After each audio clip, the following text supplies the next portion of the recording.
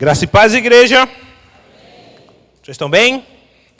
Que bom. Começando setembro, depois de 60 dias de agosto, né? Demorou esse agosto aí, hein? Mas terminou, graças a Deus. Chegamos em setembro. Bom, hoje eu gostaria de conversar com vocês sobre um tema bem complexo, tema bem, situações, na verdade, né, bem sérias. E vamos lá, né? Espero que Deus me use aí para transmitir essa mensagem de uma maneira clara, né? Não sei se vocês estão por dentro que a igreja de Cristo, né, tem sofrido alguns ataques por conta de alguns causos aí fora. Não sei se vocês estão sabendo. Não sei se vocês estão por dentro aí das fofocas. Brincadeira, não é fofoca não, tá? São fatos, né? Mas não é novidade que a Igreja de Cristo sofre alguns ataques por conta de maus testemunhos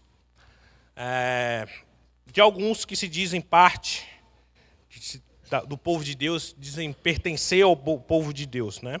Há um tempo atrás nós sofremos ataques constantes, a perseguição por conta de alguns escândalos financeiros de algumas igrejas aí, principalmente com o avanço da teologia neopentecostal, e algumas práticas de simonia, né, que é o enriquecimento ilícito por meio da fé alheia.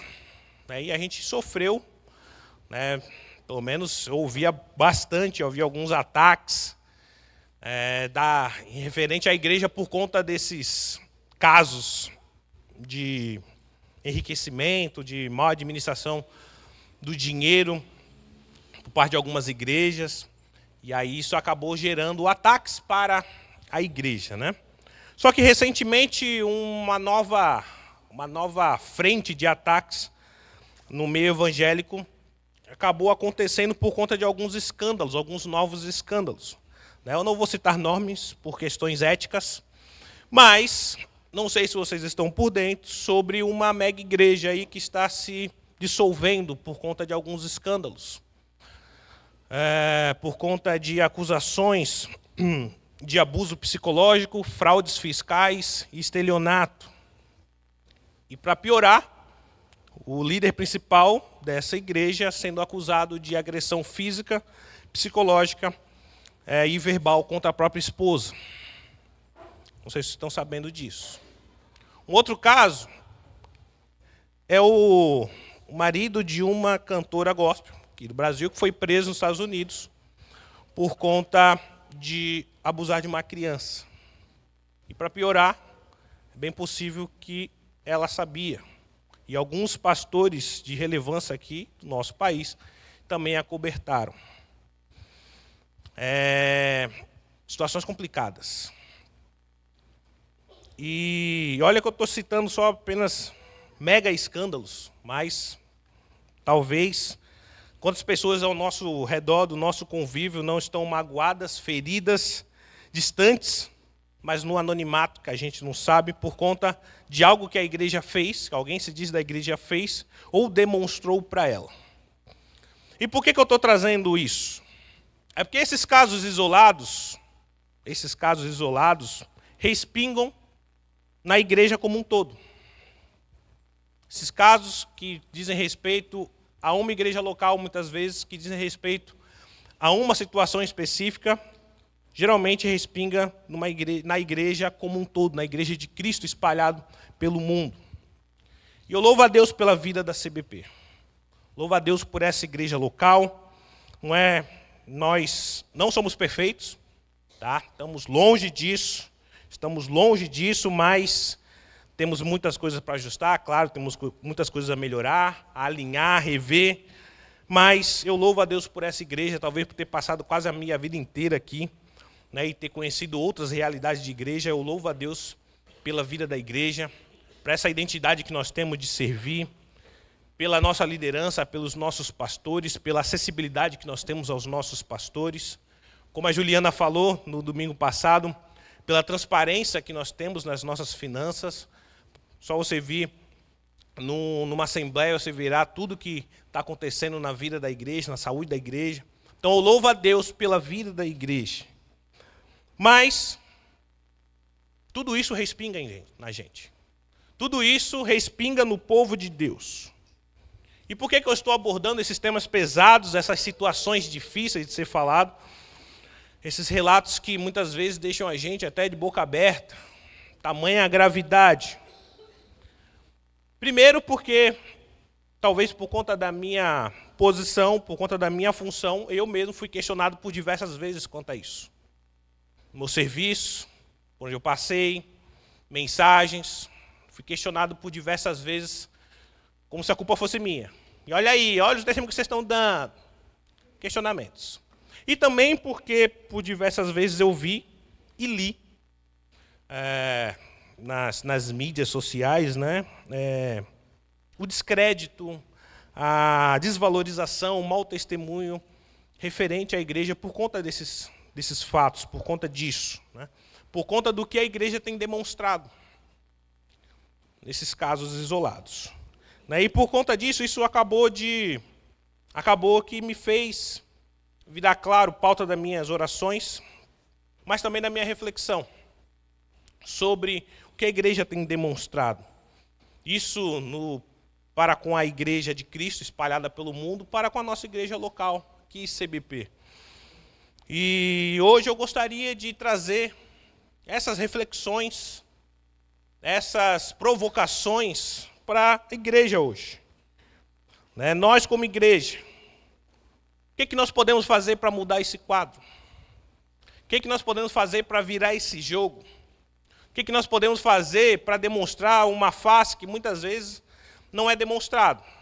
Escândalo sim, mas às vezes as boas ações não. Mas o que nós podemos fazer? O que nós como igreja temos demonstrado para os de fora? O que nós temos demonstrado? Qual é o nosso impacto? Qual é o impacto do povo de Deus para a sociedade na qual nós estamos inseridos? E é sobre isso que eu gostaria de conversar com vocês hoje. E já pegando um gancho na conferência que nós tivemos semana passada, o título dessa mensagem é Igreja Relevante. Igreja Relevante é o título da nossa mensagem, para quem está anotando.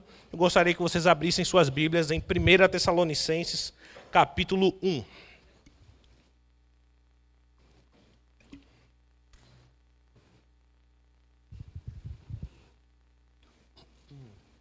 1 Tessalonicenses, capítulo 1. Gostaria que vocês deixassem aberto aí, nesse capítulo.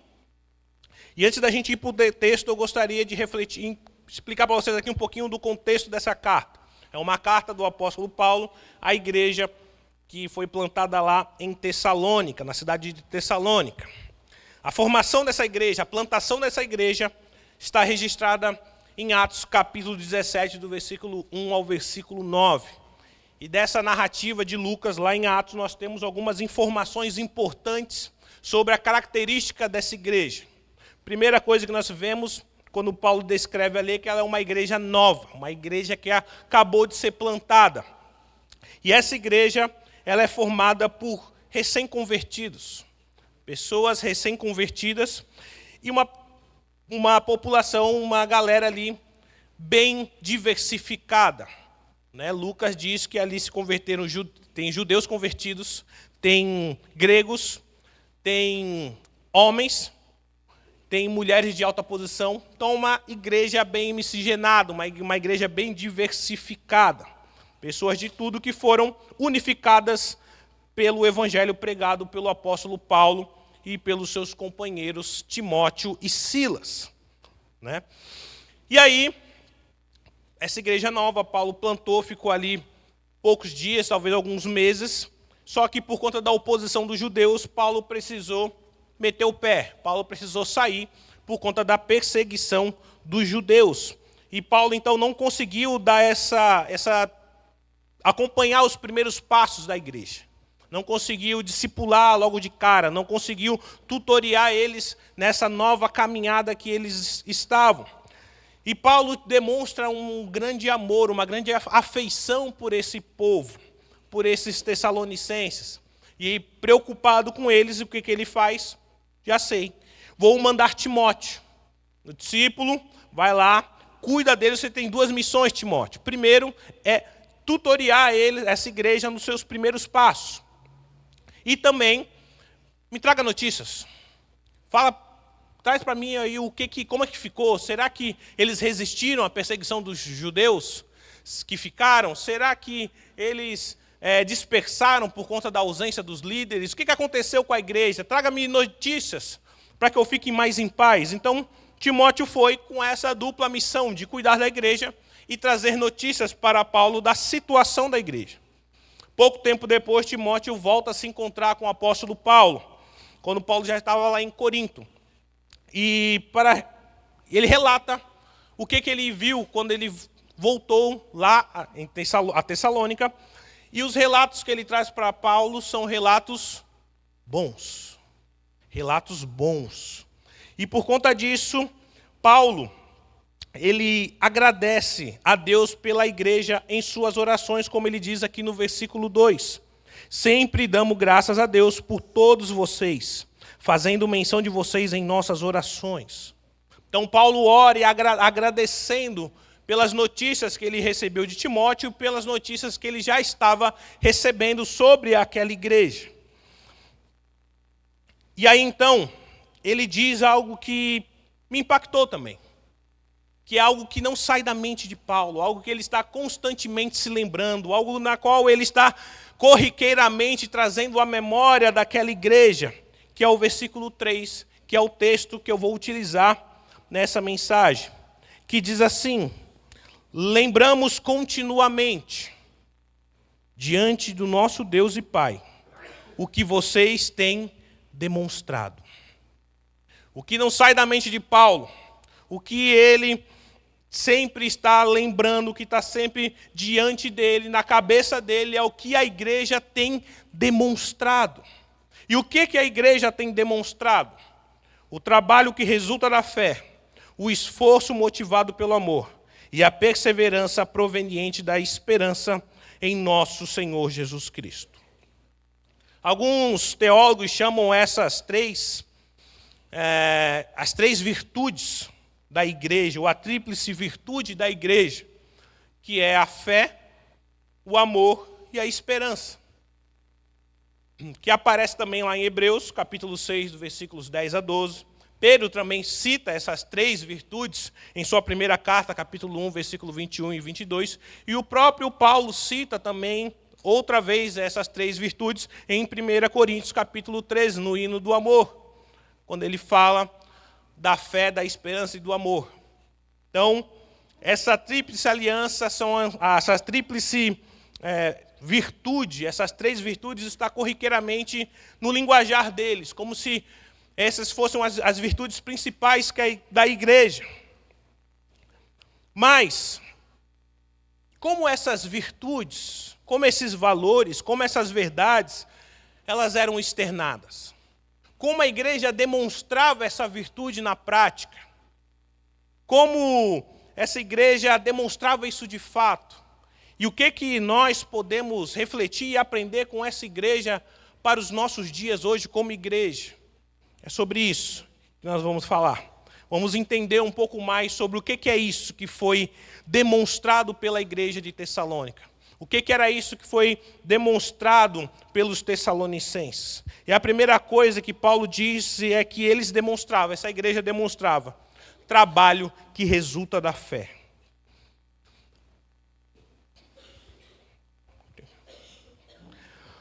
Paulo, ele pregou o evangelho, pregava o evangelho por onde ele passava, e muitos criam nessa mensagem. E por conta dessa fé na mensagem dele, muitos se uniram a ele. E como nós sabemos, a fé em Cristo é o ponto essencial para a salvação. É a base da nossa salvação, a fé. Só que aqui Paulo faz um adendo. Essa fé, além de trazer salvação, a fé resultou em trabalho. É um trabalho que resulta da fé. Em algumas versões, aí, não sei como está na sua Bíblia, pode estar trabalho, outro pode estar obra, operosidade ou até atividade. Mas o que é essa obra? O que é essa atividade? O que é esse trabalho que resulta da fé? Eu não vou ser taxativo aqui, porque qualquer taxação minha será mero achismo meu. O que eles fizeram, o que eles faziam, que resultava da fé dele, que as pessoas viam. Eu não vou taxar, né, porque se nenhum teólogo taxou, não sou eu que vou taxar, né? Mas dá para a gente trilhar um caminho. O que será que eles faziam que demonstrava essa fé? Será que eles curavam? Será que era a cura dos enfermos? Será que era o ensino aos incultos? Será que era consolar os que choram? Será que era a pregação do evangelho? Talvez um deles, talvez tudo isso um pouco mais. Não sabemos de fato quais eram essas obras. Só que a palavra que Paulo utiliza aqui para falar sobre esse trabalho, no original é uma palavra bem clara, ergon. Ergon, que carrega a ideia de um resultado ou um produto proveniente de uma ação. Ergon, que etimologicamente, quem veio na EBD vai se lembrar, que é a origem da palavra ergonomia, né, que é a ciência que trabalha a relação da pessoa com o trabalho. Ergon, trabalho ou produto que resulta de uma ação. Ou seja, os tessalonicenses estavam produzindo algo, estavam gerando obras visíveis, proveniente ou por causa, como reflexo da fé que eles possuíam. Os tessalonicenses estavam produzindo algo que era reflexo da fé que eles possuíam. Esse relato é uma exemplificação do ensino de Tiago, por exemplo, quando ele diz lá em sua carta, capítulo 2, versículo 6, que a fé sem obras é morta. Ensinando que a fé não é apenas algo cognitivo, apenas algo transcendental, que está no meio espiritual. Não, a fé, ela é prática. A fé, ela é notável. Como ele mesmo diz alguns versículos depois, no versículo 18, mostre-me sua fé sem obras, e eu mostrarei a minha fé pelas obras. Mostrarei a minha fé pelas obras. Eu acho que eu já usei esse exemplo aqui, mas vou usar novamente, da vez quando eu, no ensino médio, fui o único a tirar um 10 na classe. Foi no ensino médio, segundo ano, sei lá, uns 3 anos atrás.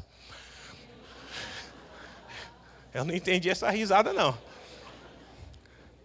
Ensino médio, fui o único a tirar 10, aquele negócio, a professora fala alto. Né? O único que tirou 10 foi o Rafael, tá. E aí eu me lembro do William, alguns aqui se lembram, que ele chegou a frequentar, meu parceiro de classe, chegou a frequentar aqui a igreja algumas vezes. Ele falou, é claro que ele tirou 10. Ele é da igreja. E eu confesso que até hoje eu não achei o link do fato de eu tirar 10 com ser da igreja. Mas foi muito interessante isso. É muito interessante a gente parar para refletir sobre o fato de que algumas atitudes nossas, alguns resultados nossos, vão ser vistos como resultado da fé que nós possuímos pelas pessoas de fora. Algumas coisas que a gente faz, talvez a gente não tenha noção, mas para aqueles que estão ao nosso redor, para eles é claro que aquilo é proveniente da fé que nós possuímos. E era exatamente isso que estava acontecendo lá em Tessalônica. O que Paulo está elogiando aqui, o que Paulo está agradecendo, o que Paulo está dizendo que não sai da mente dele, é que, mano, é notório. Estou muito satisfeito, muito feliz, porque tenho ouvido falar que aquilo que vocês estão fazendo é proveniente da fé que vocês têm. O trabalho de suas mãos é proveniente da sua fé. E trazendo para nós aqui, trazendo para a nossa realidade, tirando as nossas expressões de adoração, tirando o nosso linguajar evangeliquez que muitas vezes utilizamos, será que as pessoas enxergam que aquilo que você faz, será que elas enxergam que as suas atitudes, a sua conduta, a sua fala é consequência, é reflexo, é resultado da fé que você possui? Será que você demonstra isso para as pessoas ao seu redor? Será que além dos cultos, dos projetos, das festividades da igreja, nós, como povo de Deus, temos impactado positivamente a sociedade ao nosso redor por conta da nossa fé, da fé que nós possuímos? Será que eles sabem que aquilo que nós fazemos, aquilo que nós somos, a forma com que nos portamos, não é um mero resultado humano, mas é uma consequência da fé que nós possuímos? Será que nós conseguimos demonstrar isso como igreja? Será que você consegue demonstrar isso como cristão? Primeira provocação, reflexão para nós hoje. Mas além desse trabalho que resulta da fé, Paulo cita uma outra característica, uma outra virtude, que é o esforço motivado pelo amor. Esforço motivado pelo amor. Em algumas versões vai estar escrito trabalho também. Trabalho motivado pelo amor. Mas não é a mesma palavra utilizada pelo apóstolo na sentença anterior. Não é a mesma palavra e também não tem o mesmo significado. A palavra que Paulo utiliza aqui para esse esforço é num sentido de aflição, de desconforto, de labor, de fadiga, de abnegação que esses irmãos estão tendo, estão se submetendo por causa do amor, por conta de amar. Enquanto o trabalho que resulta da fé está relacionado a obras no sentido geral, tudo aquilo que você faz, tudo aquilo que você externa, o esforço motivado pelo amor está mais focado nos relacionamentos. Mais focado nos relacionamentos. O que Paulo está parabenizando aqui aos Tessalonicenses, que ele faz isso mais umas 2 ou 3 vezes nessa carta, elogiando o amor dos Tessalonicenses, esse amor que ele tem de uns para com os outros, esse amor é a chave para a abnegação. O professor Marshall interpreta e classifica essa característica, essa virtude, como o trabalho pesado que uma pessoa está disposta a realizar por devoção e afeição a outra pessoa. Vou repetir. O trabalho pesado que uma pessoa está disposta a realizar por devoção e afeição a outra pessoa. Quase vai. A água. Aí é precisar de mais água.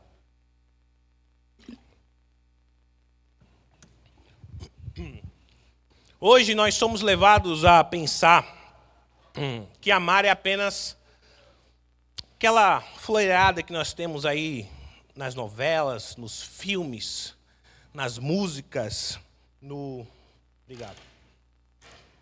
Perdeu a benção, o pastor está aí. Nossa, eu ia falar malhação, nem existe mais malhação, velho. Agora entreguei a idade forte, hein? Mocotó.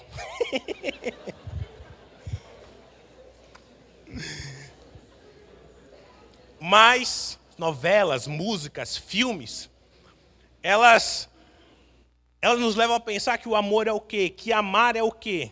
Externar sentimentos, conceder carícias, demonstrar afeição. E claro que o amor tem disso. O amor também é expresso dessa forma. Mas o Evangelho demonstra que amar vai muito além disso. Amor é muito mais profundo do que é ensinado aí nas telinhas. Amar é sacrifício. Amor é abrir mão de si em prol do outro. Amar é abnegação.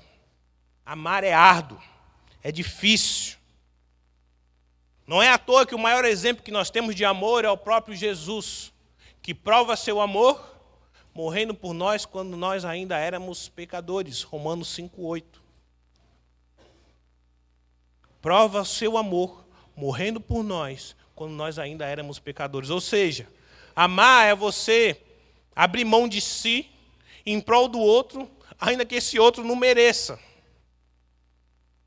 Amar é fácil? Sim ou não? Amar é fácil, igreja? Não é. Requer o quê? Esforço. Esforço motivado por esse amor. Quando nós lemos a comunhão dos 12, quando a gente escuta sobre a comunhão, quando a gente lê sobre a comunhão da igreja no início de Atos, no início da igreja primitiva, nós somos tendenciosos a florear e pensar que era uma união natural, todo mundo bonito, todo mundo junto, caminhando, cantando, seguindo a canção, aqueles folhetinhos que a gente recebe, né, não vou falar também questões éticas, mas com tigre branco passando assim, todo mundo sentado na grama. Quando a gente pensa na igreja primitiva, pensa que era assim. Mas não era. Nem entre os 12. Tinha zelote, tinha cobrador de imposto, tinha aqueles... Era briga, era treta. Na igreja primitiva também.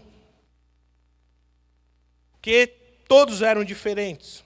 Nesses exemplos que eu dei, o esforço para se relacionar existia, com certeza. Porque eram pessoas diferentes. Existia um esforço, e somente o amor torna possível essa realidade de unidade, de comunhão. E é nesse trilho que Paulo está elogiando os Tessalonicenses. Porque mesmo diante da perseguição dos judeus, mesmo com a miscigenação que existia entre eles, mesmo com a mistura, com a diversidade, como eu disse, homens, mulheres, judeus e gentios, todo mundo junto na igreja, mesmo com as diferenças deles, eles ainda expressavam, eles se esforçavam para caminhar junto. Eles se esforçavam para andar de mãos dadas. Isso não é fácil. Ser uma igreja assim requer esforço. Os cristãos de Tessalônica, eles estavam se esforçando para amar uns aos outros e se esforçando pelo amor uns aos outros. O amor era a chave que unia esse grupo tão diferenciado. E na sociedade hiperindividualista que nós vivemos hoje, uma sociedade focada no consumismo, com ausência de sensibilidade e empatia, se relacionar ficou cada vez mais difícil e requer cada vez mais esforço. Não é fácil se relacionar. Não é fácil viver em comunidade. Não é fácil abraçar todo mundo. Enquanto o amor de muitos iriam se esfriar, como Jesus já havia assinalado, a igreja, ela precisa continuar sendo nutrida por esse amor, sendo ele o motivo que nos força, que nos leva a caminhar junto, que nos leva aos relacionamentos, que nos leva a estender a mão para quem precisa, que nos leva a não caminhar sozinho, que nos leva a pedir ajuda também quando nós necessitamos.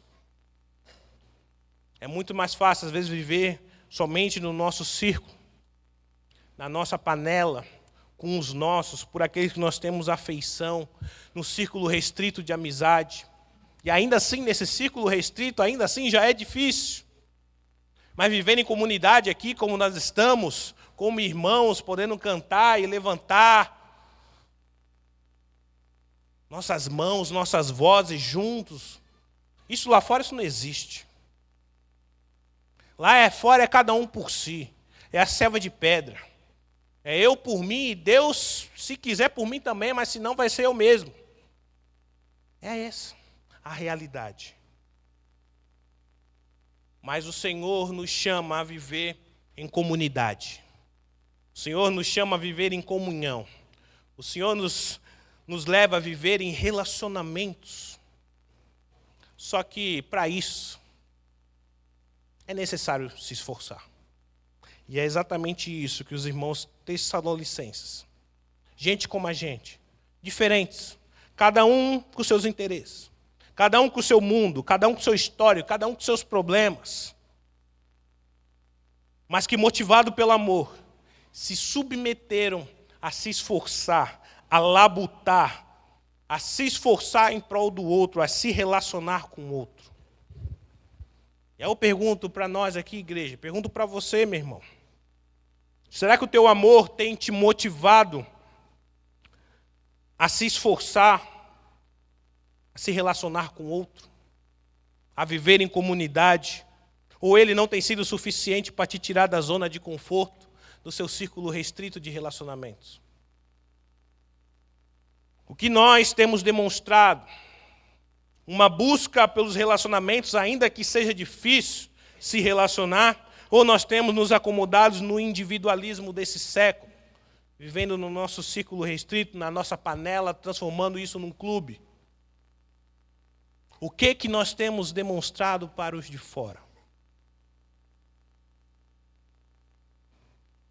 E por fim, Paulo pontua a terceira virtude que os tessalonicenses estavam demonstrando: a perseverança proveniente da esperança.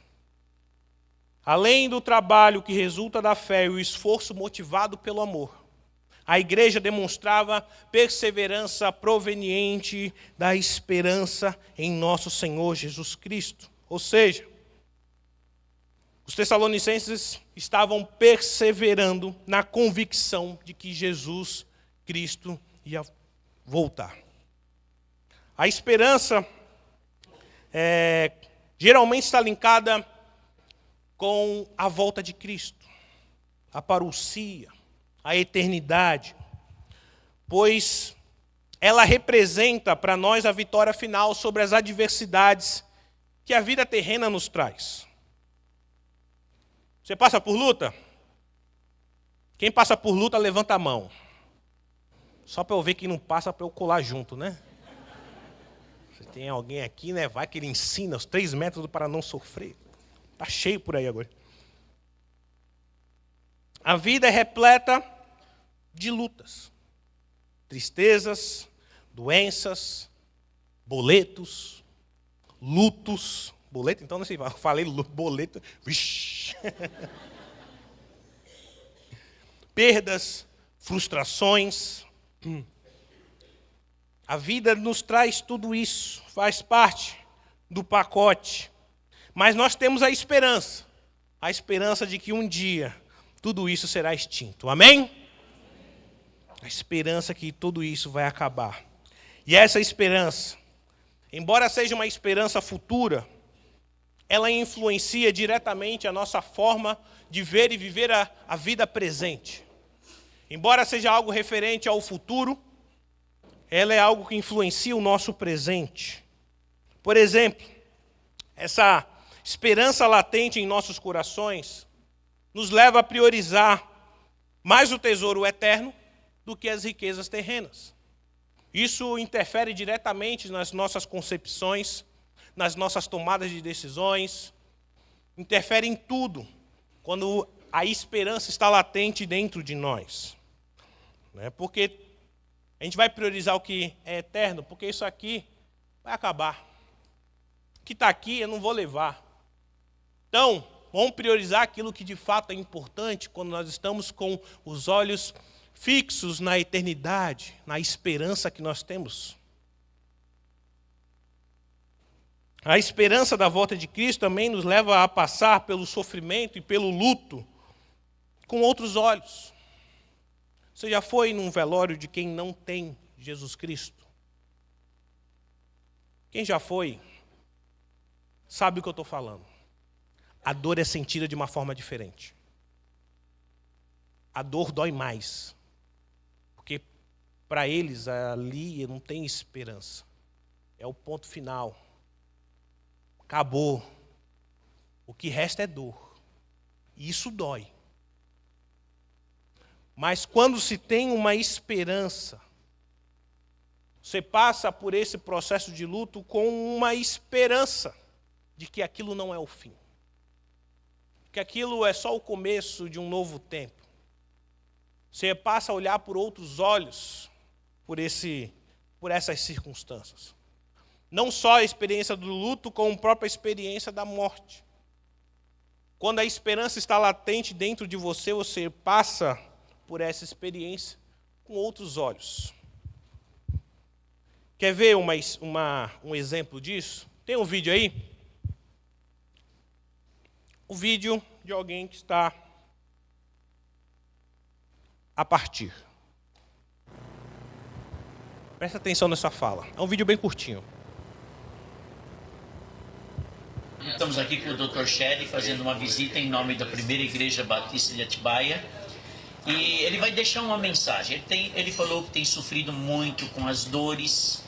E ele vai deixar uma mensagem para quem interessar sobre como enfrentar momentos como ele está enfrentando. Meus irmãos e amigos, realmente eu não sei o que dizer sobre sofrimento, por causa do fato que eu nunca sofri quase nada até esses últimos 3, 4 meses. Realmente é uma experiência muito boa, porque a gente sente-se ser desmamado do mundo e pronto para subir. Graças a Deus, Cristo sofreu em nosso lugar para que nós possamos também aproveitar a grandeza do seu amor por nós. Portanto, eu quero saudar a todos da igreja de Atibaia e qualquer pessoa que quiser ouvir essa palavra como 2 Coríntios capítulo 4, 16, que o sofrimento desse mundo é muito pouco em comparação com aquela alegria que nós sentiremos na presença de Deus. Também em 1 de Pedro, capítulo 4, versículo 5, por aí, que é normal para crente sofrer. Então a gente está muito feliz com essa experiência e graças a Deus pelos remédios novos que estou tomando à noite, e o resultado é que durmo, não tenho sentido muito sofrimento não, nas dores, nas pernas e nos ossos. Portanto, glória a Deus. E muito obrigado pela visita. Realmente a gente tem uma admiração muito grande pelo Antônio Mendes. Que Deus abençoe todos vocês. Amém. Muito obrigado. Esse é o Dr. Russell Shedd, uma das maiores referências de teologia e de pastoreio que nós tivemos no Brasil, já em estado terminal por conta de câncer nos ossos. Foi professor do senhor, não foi, pastor? O pastor Márcio também? Foi teu professor? Professor dos 3 pastores. Olha a referência que nós temos. Não foi meu professor, então por isso que está desnivelado.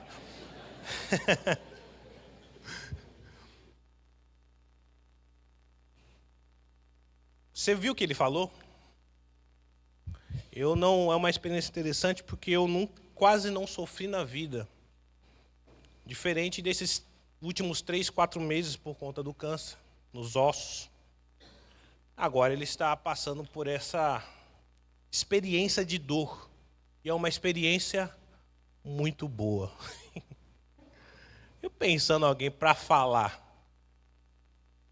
que a experiência de dor é uma dor boa porque ele se sente se desmamando do mundo, ele se sente partindo. Essa foi a última aparição, último registro que nós temos dele, né? Logo em seguida ele veio a falecer. E olha a calma, olha a paz, olha a segurança. Tudo porque a esperança dele estava latente. Esse é o poder que a esperança tem. E é por isso que Paulo elogia a perseverança nessa esperança dos Tessalonicenses. Fico feliz porque estão perseverando nessa esperança de que a vida não acaba aqui. Há uma eternidade inteira. E Tiago, mais uma vez, citando ele explica muito bem o que é perseverança, porque a carta dele ele fala bastante sobre perseverar. E a palavra que ele utiliza para perseverança, ela traz uma ideia muito interessante, que é permanecer debaixo. Peirasmos, permanecer debaixo. Nós, como cristãos, estamos debaixo de promessas, estamos debaixo de uma palavra, estamos debaixo do senhorio de Cristo. E as adversidades, eles vêm para tentar nos tirar debaixo disso tudo. Então nós precisamos lutar para permanecer debaixo disso tudo. E no caso dos Tessalonicenses é exatamente isso. Vocês estão permanecendo debaixo da firme convicção de que Jesus Cristo vai voltar. Eu estou feliz por isso, porque vocês estão lutando para permanecer debaixo nessa esperança. E isso demonstra que a esperança da volta de Cristo, viver com essa expectativa, com essa esperança latente dentro de nós, não é algo natural e nem algo fácil. Se fosse, não precisava perseverar. Seria algo que aconteceria naturalmente. Mas não, é algo que precisa de perseverança. Requer um posicionamento firme de crer e continuar crendo. Esperando, vivendo baseado nessa convicção, nessa expectativa, nessa esperança. Porque conforme os dias vão se passando e o cumprimento não vem, é da nossa natureza esfriar, deixar com que com essa convicção esmoreça, sair debaixo dessa convicção. A conduta, os pensamentos, as decisões que eram pautadas nessa esperança acabam sendo trocadas por outras prioridades. Com o tempo que ela não vem, que esse cumprimento não vem, que essa esperança não chega, nós somos tendenciosos. Que a esperança que traz a paz para passar por situações adversas como essa, porque nós estamos com os olhos fixos na eternidade, acaba sendo substituída aos poucos. E a paz é trocada pela apreensão, pela frustração, pela ansiedade, porque os olhos não estão mais fixos na eternidade, mas nessa vida. E a esperança se vai.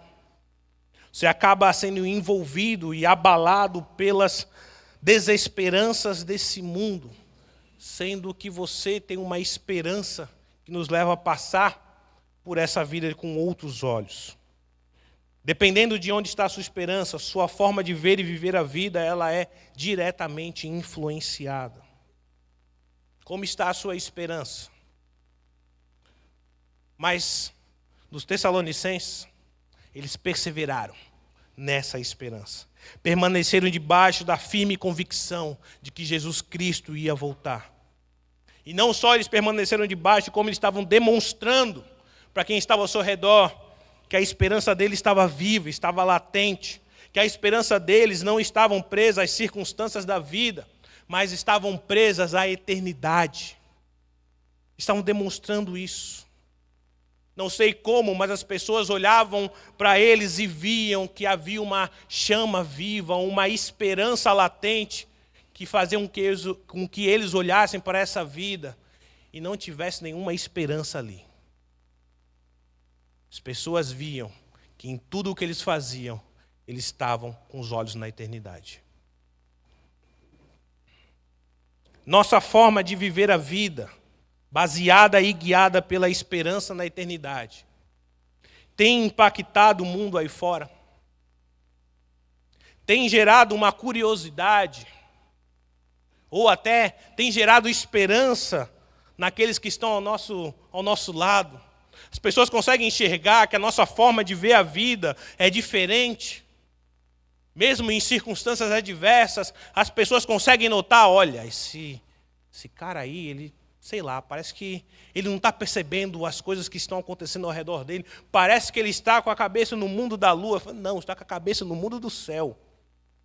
Por isso que ele passa por essa circunstância com outros olhos. Será que as pessoas conseguem enxergar isso em nós? Concluindo, a preocupação de Paulo pelos Tessalonicenses, ela é substituída pela alegria, pela gratidão, por tudo aquilo que a igreja tem demonstrado. Por tudo aquilo que eles têm demonstrado, não apenas na sua cidade de Tessalônica, mas por toda a região da Macedônia e da Acaia, como ele diz lá no versículo 8. Que tudo aquilo que eles têm demonstrado tem atingido outros povos, outras pessoas, outras cidades, outras regiões.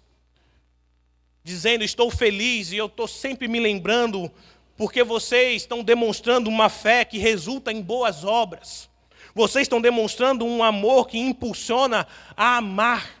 e a se sacrificar pelo outro. Vocês têm demonstrado uma esperança viva na eternidade. As pessoas estão conseguindo enxergar isso na igreja. Por onde vocês passam, estão sendo falado isso de vocês. E por isso, meu coração se alegra.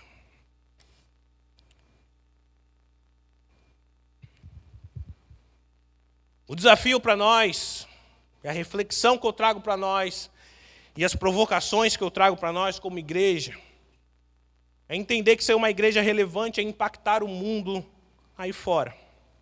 É demonstrar essas virtudes, demonstrar fé, amor e esperança por meio de nossas condutas, das nossas atitudes, da nossa fala, da nossa postura, por onde a gente for, na faculdade, na escola, no trabalho, dentro de casa, na rua, ao comprar pão. Que as pessoas consigam enxergar essas virtudes através de nós. Que a gente consiga contrapor toda esse vexame que alguns, em nome da igreja, têm feito a igreja passar. É ser uma resposta contrária, estão dando mau testemunho ali, mas lá em São Vicente tem uma igreja que dá bom testemunho. Lá em São Vicente tem uma igreja que demonstra fé, amor e uma esperança latente. A provocação é essa. Só para tirar qualquer tipo de interpretação errada, quando eu disse em relação à igreja, quando eu elogiei a igreja, não foi no intento de soberba. De dizer que a nossa igreja é melhor do que outros, que a nossa igreja local é melhor que essas que fizeram o que fizeram. Não é isso. E também não tive o objetivo de dizer que a nossa igreja não tem sido relevante. Nada disso. O que eu estou querendo dizer é que, independente da interpretação que você tem para a nossa realidade de igreja, para a saúde da nossa igreja, é provocar a entender que dá para a gente ir além. Dá para a gente demonstrar mais. Você acredita nisso? Dá para a gente melhorar? Dá para a gente demonstrar essas virtudes de uma maneira mais viva? Dá para a gente impactar mais a nossa cidade? Dá para a gente ser mais relevante? Então, se você acredita nisso, eu gostaria que você ficasse de pé. Se você acredita que você pode ir além, de que você pode melhorar a sua forma de demonstrar essas virtudes, eu gostaria que hoje você colocasse isso diante do Senhor. Enquanto o louvor está subindo, gostaria que você colocasse isso em pauta. Queria que você colocasse a sua vida diante do altar do Senhor e falar: Senhor, eu quero fazer parte de uma igreja relevante. Igreja não é instituição. Igreja não é CNPJ. Nós somos a igreja. Uma igreja relevante é formada por cristãos relevantes. Aonde você está, aonde você trabalha, aonde você vive, as pessoas conseguem enxergar essas virtudes. Você tem demonstrado essas virtudes. O desafio e a provocação para nós hoje é isso. É de sermos uma igreja relevante por meio de cada um de nós. Nós podemos melhorar. Nós podemos avançar. Nós podemos ir além. Nós podemos impactar a nossa cidade, nossa região. Nós podemos fazer como a igreja de Tessalonicenses. E quem sabe um dia, não por soberba nem por altivez, mas tenho lembrado constantemente diante de Deus e do Pai o que a igreja de CBP tem demonstrado. Um trabalho que resulta da fé, um esforço motivado pelo amor e uma perseverança nessa esperança no nosso Senhor Jesus Cristo. Você crê nisso? Você quer fazer parte disso? Então feche seus olhos onde você está. Feche seus olhos, eleve seu pensamento ao Senhor.